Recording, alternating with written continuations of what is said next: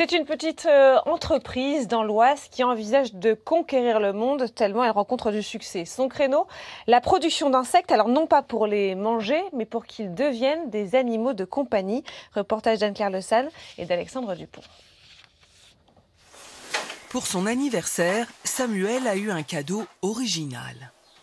Là, c'est rose et là, c'est Rosita. Et qu'est-ce que tu leur donnes à manger? Des vers, des criquets et des blattes. Des insectes pour nourriture. Ces deux pogonas d'Australie sont faciles à élever. Ils ont quand même un régime alimentaire à tenir. C'est plus ça, de la salade et tous les 3 jours des protéines. Donc ça peut être des vers, des criquets, des blattes. C'est ici, dans cette entreprise de l'Oise, que sont produits les vers de farine. Antoine Garot a développé cette activité il y a 2 ans. Alors on élève ici du Ténébrio molitor, donc plus communément appelé le ver de farine. On les nourrit avec de la farine ou du son et avec de l'eau. Un marché de niche pour le leader français de la nourriture des nouveaux animaux de compagnie. Il en produit 30 tonnes par an. Il y a eu un essor depuis 15 ans en fait, sur ce marché-là qui fait que ça a attiré la demande. Donc du coup on s'est mis à le produire de manière semi-industrielle. Un pari gagnant pour Antoine Garot. Cet ancien financier a repris l'entreprise familiale spécialisée dans les vers pour la pêche et s'est ouvert de nouveaux marchés. On est toujours sur de l'ordre de 11 à 15% de croissance annuelle. On a essayé de se spécialiser, à faire des choses un peu plus qualitatives, une meilleure nutrition, etc. Donc on a réussi à se diversifier dans la pêche, les fertilisants, la nourriture d'autres animaux, des oiseaux.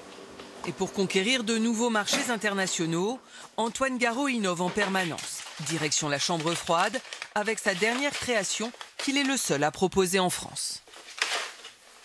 L'objectif de ce nouveau projet, c'est d'avoir une gamme de surgelés en insectes. Donc notre objectif, c'est de monter un laboratoire de transformation.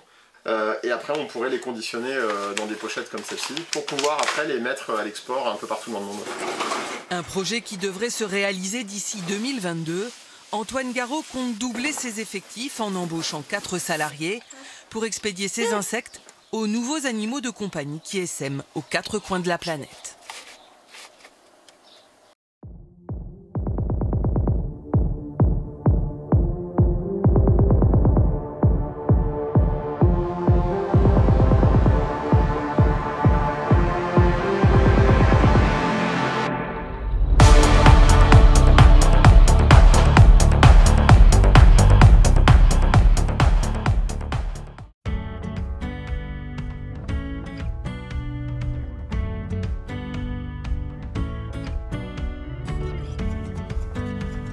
Objectif client.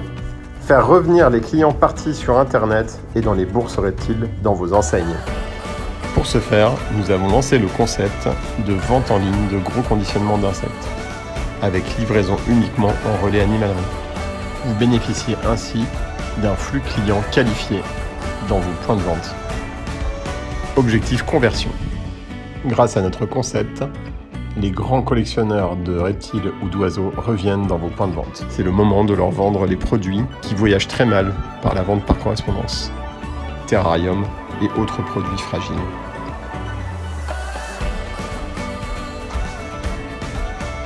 Objectif commission.